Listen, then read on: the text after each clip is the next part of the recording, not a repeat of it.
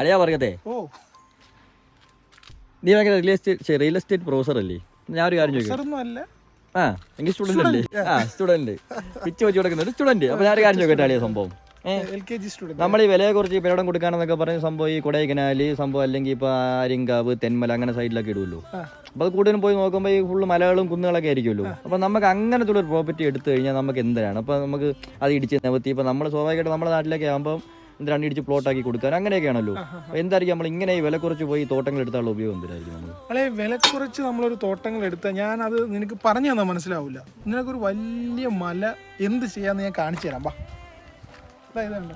ഇത് നമ്മുടെ കേരളത്തിൽ തന്നെ ഉള്ളൊരു സ്ഥലമാണ്. അടിപൊളിയായിട്ട് നോക്കിയാണെങ്കിൽ ഇങ്ങനെ കിടക്കുന്ന ഒരു വലിയൊരു ഹില്ലാണ്.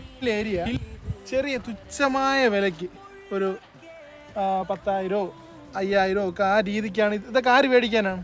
മേടിച്ച് അതിനകത്ത് ഇതുപോലെ ഇറ്റാച്ച് വെച്ച് ഇടിച്ച് ലെവൽ ചെയ്ത് പൂർത്തി നട്ടുകൊടുത്താൽ മാത്രം മതി. അത് നിൽക്കുന്നത് തന്നെ നോക്കിയാണ്. ഇതങ്ങോട്ട് വിളവെടുത്ത് ക്ലിയർ ആയി കഴിഞ്ഞാൽ ആൾക്കാരെ വെച്ച് പറിച്ച് സൈറ്റിൽ അല്ലെങ്കിൽ ഇതിങ്ങനെ കാണിച്ച് തന്നെ നമുക്ക് പറയാം, ഇത് ഇത്ര രൂപയ്ക്ക് നിങ്ങൾ ടെൻഡറിന് എടുത്തോളാന്ന് പറഞ്ഞു കഴിഞ്ഞാൽ വന്ന ആൾ മേടിച്ചുകൊണ്ട് പൊക്കോളും. ഇത് എന്തെങ്കിലും അറിയണോ?